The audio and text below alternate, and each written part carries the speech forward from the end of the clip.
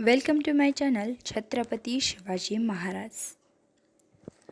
ज्या मातेने या मातीमध्ये मातीच्या रक्षणासाठी छत्रपती शिवाजी महाराजांसारखा पुत्र घडवला, अशा राजमाता राष्ट्रमाता माँसाहेब जिजाऊ. ज्या पुत्राने आपल्या मातेच्या शिकवणीची शिदोरी आणि या मातीच्या उपकाराची उधारी फेडण्यासाठी हिंदवी स्वराज्याची स्थापना केली, असे हिंदवी स्वराज्याचे संस्थापक छत्रपती शिवाजी महाराज. ज्या छाव्याने हे स्वराज्य स्वतःच्या अंगाखांद्यावरती झेललं, घडवलं, पुढे नेलं आणि वेळप्रसंगी प्राण गमावला, परंतु स्वाभिमान ज्वलंत ठेवला, असा स्वाभिमानी छावा शिवपुत्र संभाजीराजे. प्रत्येक देशाच्या विकासाच्या चळवळीमध्ये शिक्षण हे महत्त्वाचं असतं आणि हे महत्त्वाचं शिक्षण प्रत्येक घराघरापर्यंत, प्रत्येक चुलीचुलीपर्यंत आणि प्रत्येक मुलीमुलींपर्यंत पोहोचवणारे क्रांतीसूर्य ज्योतिराव फुले आणि क्रांतीज्योती सावित्रीबाई फुले. मला या देशाची घटना लिहिताना त्रास झाला नाही, कारण माझ्यासमोर छत्रपती शिवाजी महाराजांचे न्यायप्रविण्य स्वराज्य उभे होते, असे म्हणणारे राजघटनेचे शिल्पकार डॉक्टर बाबासाहेब आंबेडकर, विज्ञानवादी संत गाडगेबाबा आणि इतर सर्व महामानव, ती प्रत्येक स्त्रीशक्ती व इतर सर्व ज्यांच्या विचारांतून, बलिदानातून आणि कर्तृत्वातून हा देश उभा आहे, त्या सर्वांना माझे नमन.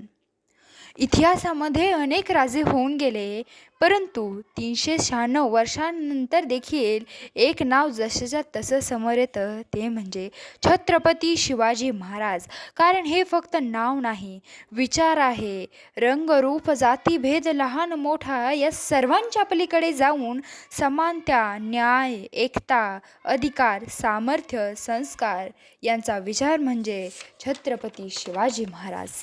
जगाच्या पाठीवरती अनेक राजे होऊन गेले, परंतु भूमीसोबत समुद्रावरती देखील राज्य करणारा एकमेव राजा होऊन गेला, the father of Indian navy, Chhatrapati Shivaji Maharaj. एकमेव राजा ज्याच्या दरबारात स्त्री कधी नाचली गेली नाही, ज्याच्या दरबारात कधीही फरमाईश झाली नाही, तर फक्त पूर्तता झाली ती कर्तव्यांची. शाहिस्त्याचं बोट आणि अफजल खानाचं पोट, माझ्या राजांचा इतिहास एवढाच मर्यादित नाही आहे. राजांचा इतिहास आहे निष्ठेचा. निष्ठा हा जरी शब्द लहान वाटत असला, तरी ते बाळगणं खूप कठीण आहे, महान आहे. निष्ठा महाराजांची प्रजेवरती असलेली आणि त्या मावळ्यांची माझ्या राजांवरती असलेली. असाच हा शिवाजी महाराजांच्या या सोनेरी स्वराज्याच्या इतिहासातील एक प्रसंग. तानाजी मालुसरे राजांना भेटायला आले होते. राजांना म्हणाले, राज रायबाचं लगीन काढलंय बरं का, तुम्हाला लग्नाला यावं लागतंय. राजे म्हणाले, ताना लगीन काढलंय वय, पण आम्ही कोंढाणा घ्यायचं म्हणत होतो. एवढं ऐकताच तानाजी मालुसरे चटकन उठले, सरकन मागे सरले आणि म्हणाले, राज मी जाणार मोहिमेला. लगीन आधी कोंढाण्याचं आणि मग रायबाचं. मग काय तानाजी मालुसरे असे गेले की रायबाच्या लग्नाला परत आलेच नाहीत. गड आला पण सिंह गेला.